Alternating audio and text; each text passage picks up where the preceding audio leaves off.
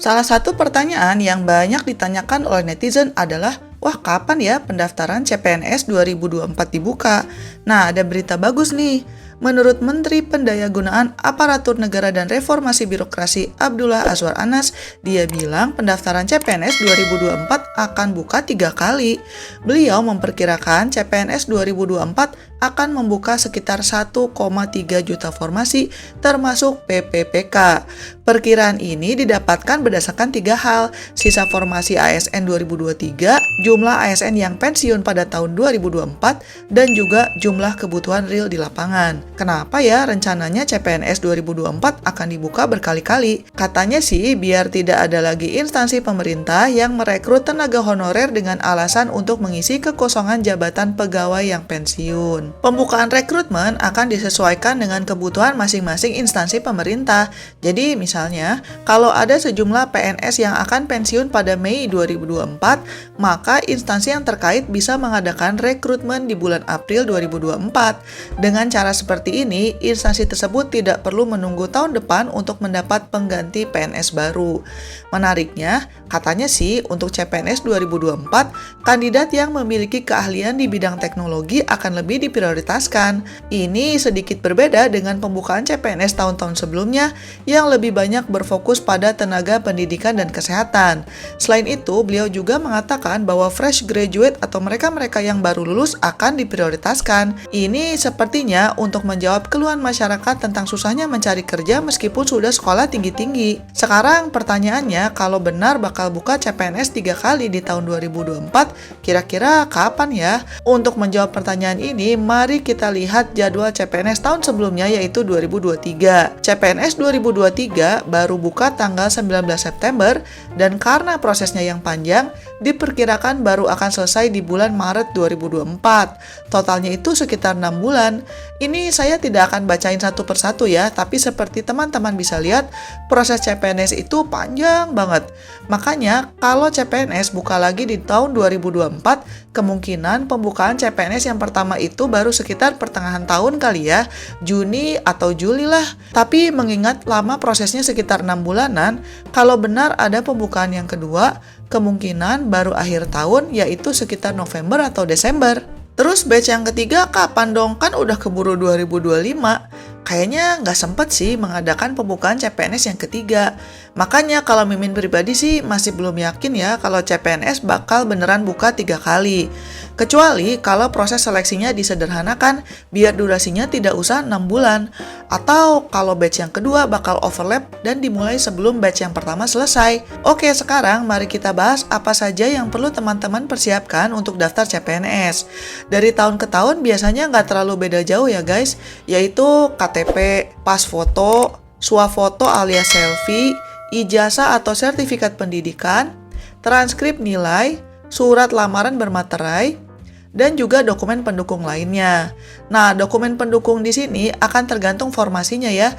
Bisa TOEFL alias hasil tes bahasa Inggris, sertifikat keahlian, dan sebagainya. By the way, batas usia pelamar CPNS itu minimal 18 tahun dan maksimal 35 tahun pada saat mendaftar ya. Pengecualiannya hanya untuk dokter spesialis, peneliti, atau lulusan S3 yang bisa daftar sampai usia 40 tahun. Jadi, kalau usia kalian tidak sesuai dengan range yang diminta, sebaiknya mencari alternatif pekerjaan lain. Sedangkan mengenai alur penerimaan CPNS biasanya seperti ini.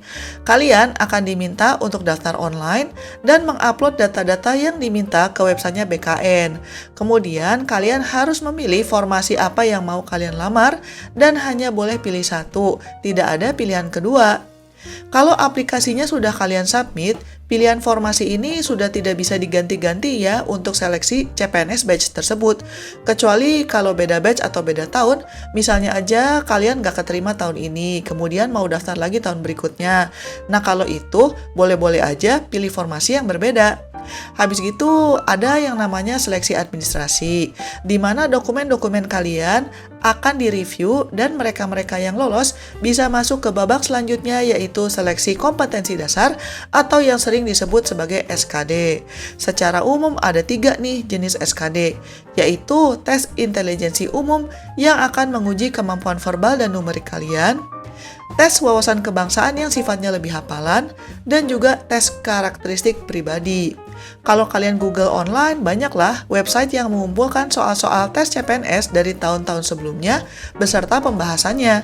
Jadinya, kalian bisa banyak-banyak berlatih dulu sambil menunggu pendaftaran CPNS dibuka. Nah, buat mereka-mereka yang lolos seleksi kemampuan dasar, bisa lanjut ke babak selanjutnya, yaitu seleksi kompetensi bidang. Nah, ini tesnya akan lebih spesifik, tergantung instansi dan formasi apa yang kalian lamar. Abis itu, udah deh, tinggal nunggu pengumuman. Sambil nunggu pendaftaran CPNS dibuka, itu bukan berarti kalian bengong-bengong juga. Untuk memperbesar kemungkinan kalian diterima, ada beberapa hal yang bisa kalian lakukan. Pertama, coba cek KTP dan ijazah kalian. Tentunya KTP harus yang masih berlaku lah ya. Kalau enggak, silakan diurus dulu. Tapi hal lain yang harus diperhatikan juga adalah ejaan nama yang konsisten antara kartu identitas, kartu ijazah, dan juga ijazah kalian. Terus, kalau data kalian tidak sama antara NIK dan KK, maka yang bisa kalian lakukan adalah menghubungi Dinas Dukcapil Kabupaten atau Kota masing-masing untuk konsolidasi data dan menghubungi call center Halo Dukcapil dengan mengirimkan data sesuai format sebagai berikut. Untuk menghubungi Dukcapil, selain bisa lewat telepon, kalian juga bisa menghubungi mereka lewat WA, SMS, dan juga email. Hal selanjutnya yang bisa kalian persiapkan dari sekarang adalah mulai mempelajari formasi dan departemen mana yang kira-kira akan kalian incar. Ini penting soalnya kalian hanya bisa daftar ke satu formasi saja pada saat mendaftar CPNS.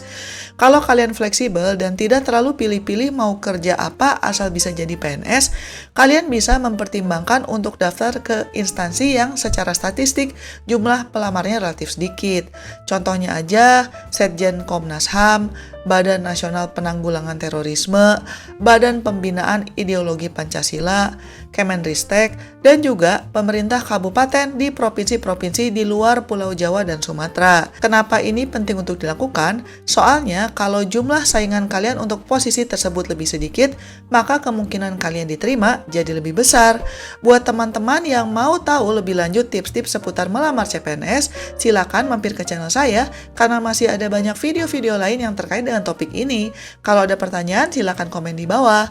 Sekian dulu episode kali ini dan selamat mencari uang tambahan. Bye-bye.